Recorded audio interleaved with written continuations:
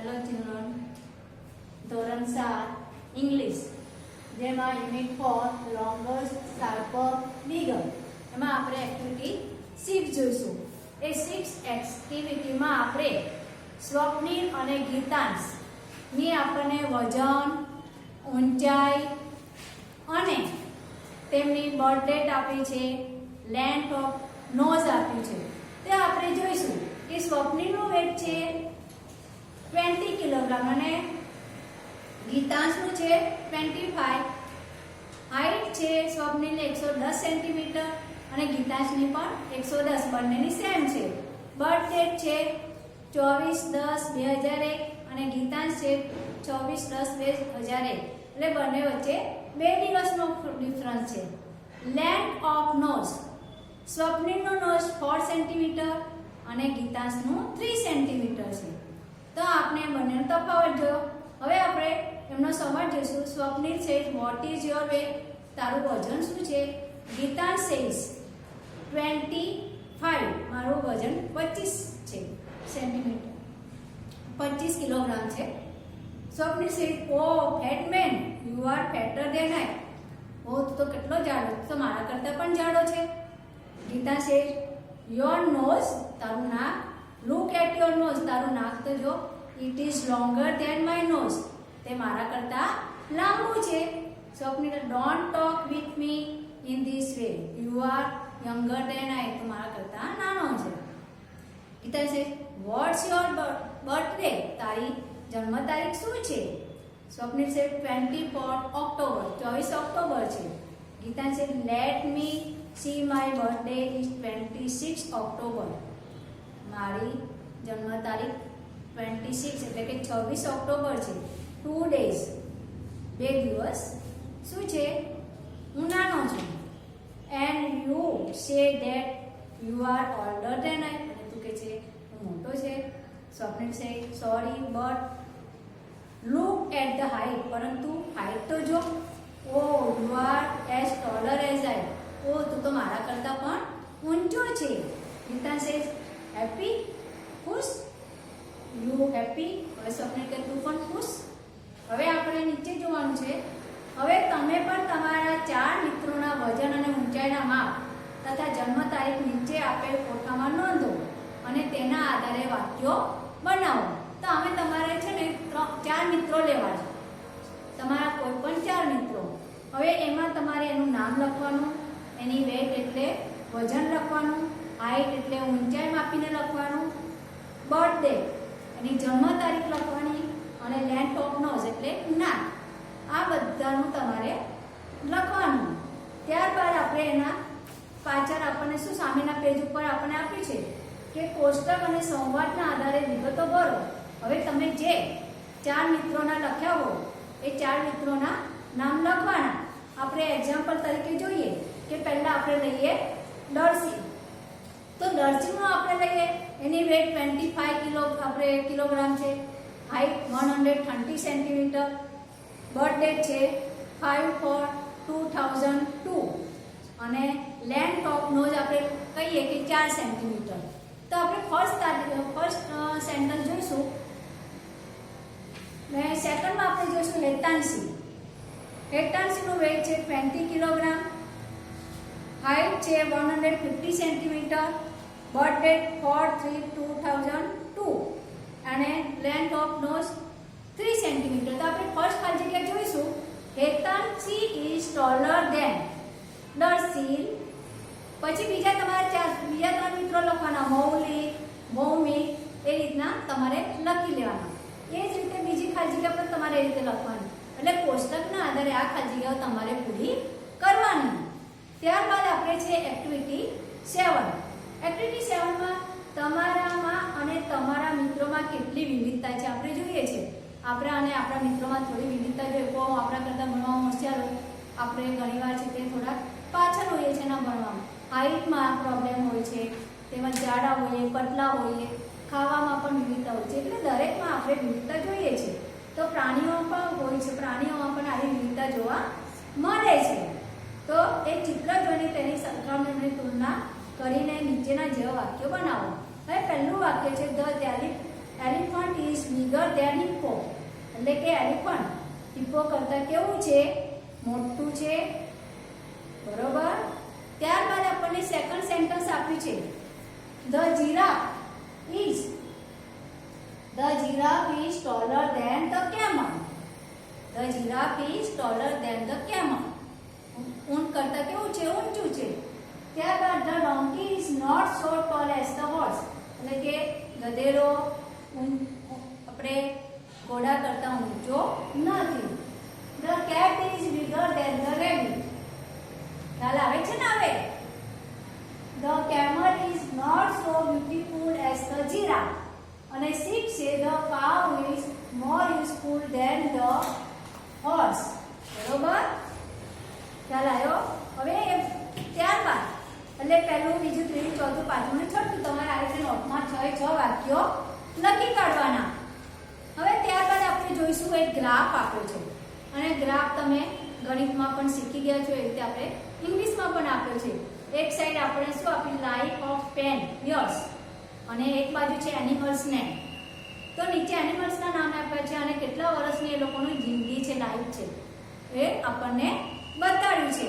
તો આપણને 0, 20, 40, 60, 80, 100, 120, 140, 160. હવે એની વચ્ચેના જે આવે એ આપણે જોવાના. Cow, dog, cow, swan, tortoise, goat, elephant, horse, rabbit, vet, man, sheep અને ચિમ્પાન્જી, આ બધા નામ આપ્યા છે.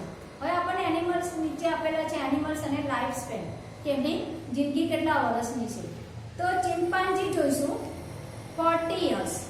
ચિમ્પાન્જી 40 years દેખાશે. પછી 22 years કોણ છે? Cow. 70 years well. 9 year dog.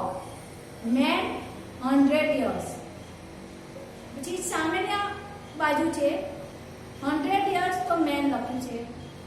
Tortoise 150 years, 150 years tortoise. Goat 16 years. Horse 60 years. Goat 18 years. Goat 18 years. Horse 60 years. અને sheep 18 years. ઓકે. હવે આપણને નીચે પ્રશ્નોના જવાબ લખવાના છે. Who lives shorter life than the chimpanzee?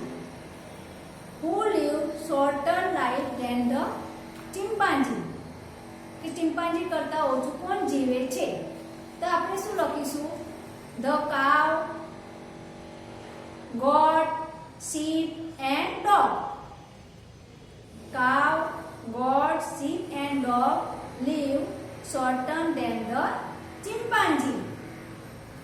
Second માં છે who lives longer than the goat? Who lives longer than the goat? તેમાં લખીશું the cow lives longer than the goat. The cow lives longer than the goat. Third છે whose lifespan is shorter than the horse's lifespan? Whose lifespan is shorter than the horse's lifespan? ઘોડા કરતા ઓછું જિંદગી કોણ પસાર કરે છે? તો the cows life span is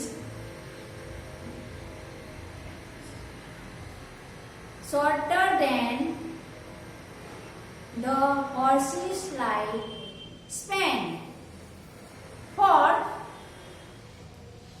whose lifespan is longer than the sheep's? Whose life span is longer than the sheep's?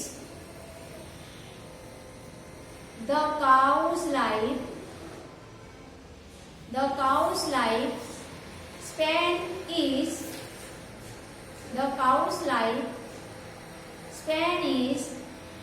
longer than the sheep's. The cow's lifespan is longer than the sheep's. Fifth છે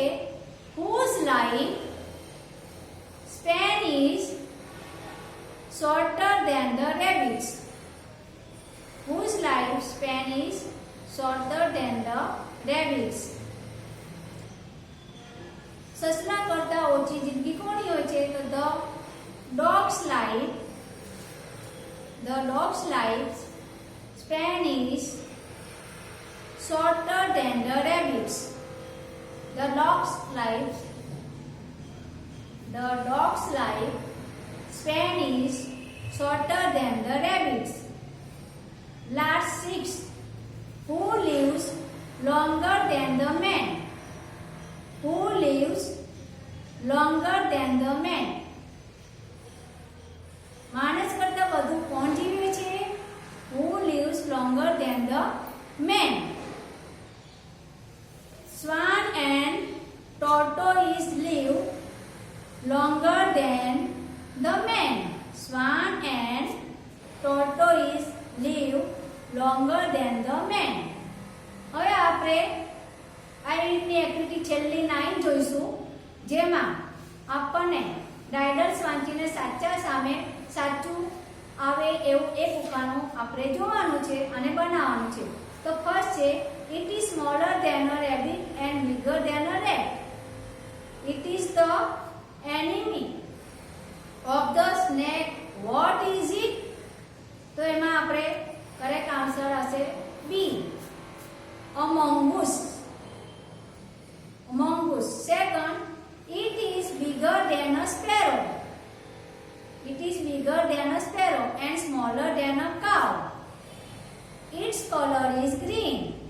What is it? એનો વિકલ્પ આવશે A, parrot. Third, it runs faster than the horse and the deer. It is a wild animal. It has very sharp claws and teeth. What is it? એનો આવશે C, cheetah. Fourth, it looks like a horse. It has stripes on its body. What is it? A zebra. અહીંયા આગળ આપણે unit 4 longer, sharper, bigger, જેમાં આપણે activity 1 to 9 આપણે જોયું, તેમજ અહીંયા આગળ આપણે પાર્ટ 4 અહીંયા પૂરો કરીએ છીએ. એટલે આપણે 1 થી 4 પાર્ટ અહીંયા આગળ પૂરા થઈ ગયા છે.